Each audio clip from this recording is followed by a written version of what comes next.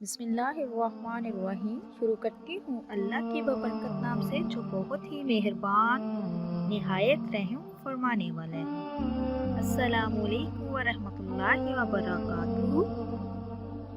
अल्लाह ताला के सिवा कोई माबूद नहीं, वो अकेला है, इसी का कोई शरीक नहीं, इसी की बादशाही है और इसी के लिए तमाम तारीफें हैं। वो जिंदा करता है और मारता है और हमेशा हमेशा के लिए जिंदा है, जिसको मौत नहीं, अजमत और बुजुर्गी वाला है।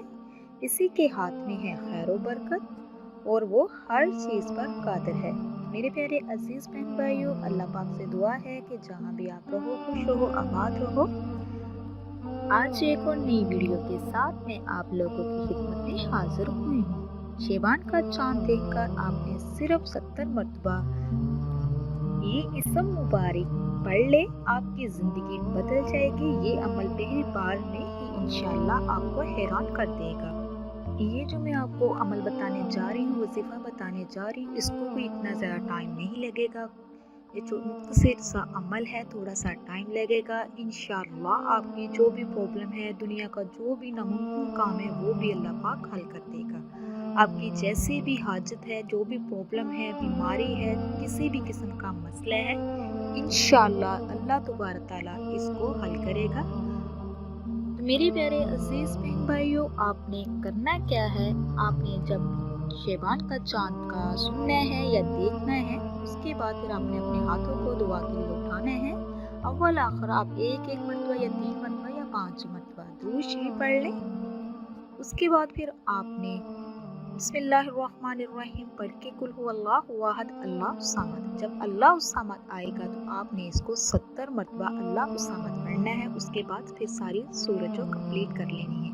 फिर आपने दुरूद शरीफ पढ़ना है। ये ज़हन में रखें कि जब आपने फर्स्ट टाइम जितनी मरतबा दुरूद शरीफ पढ़ना है, लास्ट पे भी उतनी ही मरतबा आपने दुरूद शरीफ पढ़ना है। उसके बाद फिर आपने अल्लाह पाक से अपनी जो भी हाजत है, जो भी प्रॉब्लम है, किसी किस्म का भी मसला है, शेयर करना है, दुआ करनी है। इंशाअल्लाह ताला अल्लाह तबारक ताला आपकी हर दुआ को कबूल व मंजूर फरमाएगा और जो भी आपके साथ प्रॉब्लम चल रही है, वो इंशाअल्लाह उससे निजात मिल जाएगी।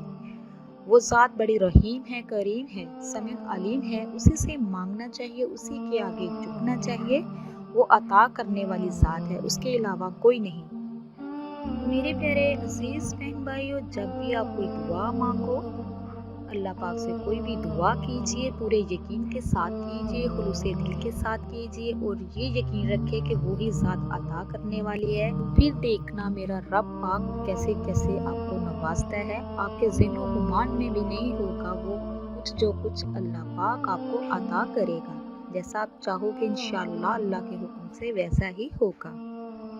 इसको खुद भी कीजिए और दूसरों तक भी ज़्यादा से ज़्यादा शेयर कीजिए। ये सदका जारिया है, इसमें शामिल हुआ करें।